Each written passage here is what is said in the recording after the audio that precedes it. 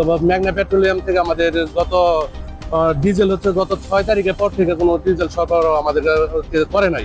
তো সেই হিসেবে 7 তারিখের পর থেকে আমাদের পুরো বিক্রি বন্ধ হয়ে গেছে। যুদ্ধ বন্ধ হলেও জ্বালানি তেলের সংকট কাটছে না। দেশজুড়ে পাম্পে পাম্পে দীর্ঘ লাইন ও ভোগান্তির চিত্রের মধ্যেই নরসিংদীর পলাশ উপজেলার ঘোড়াশালে দেখা দিয়েছে তীব্র তেল সংকট।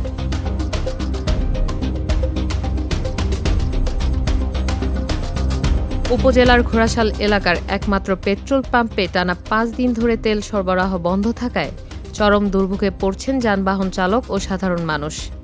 স্থানীয় সূত্রে জানা গেছে, ঘোড়াশালের নাজমুল সিএনজি পাম্পে গত 5 দিন ধরে জ্বালানি তেল না থাকায় মোটরসাইকেল, প্রাইভেট কার সহ বিভিন্ন যানবাহনের চালকেরা প্রয়োজনীয় জ্বালানি সংগ্রহ করতে পারছেন না। অনেককে বাধ্য হয়ে দূরের পাম্পে গিয়ে তেল নিতে হচ্ছে। এতে যেমন সময় নষ্ট হচ্ছে, তেমনই বাড়ছে অতিরিক্ত খরচও। তবে মেঘনা পেট্রোলিয়াম থেকে আমাদের গত ডিজেল হচ্ছে গত 6 তারিখের পর থেকে কোনো ডিজেল সরবরাহ আমাদের করে নাই। তো সেই হিসেবে 7 তারিখের পর থেকে আমাদের পুরো বিক্রি বন্ধ হয়ে গেছে।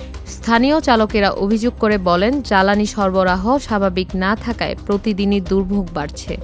পাম্পে এসে ঘন্টার পর ঘন্টা অপেক্ষা করেও তেল না পেয়ে অনেককে খালি হাতে ফিরতে হচ্ছে।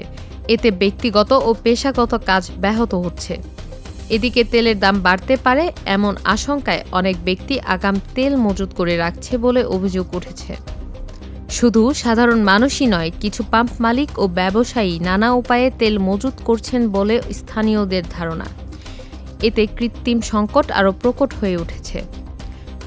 সরেজমিনের নাজমুল সিএনজি পাম্পে গিয়ে দেখা যায় ফুয়েল ডিসপেন্সারের গায়ে তেল নেই লেখা টানানো রয়েছে।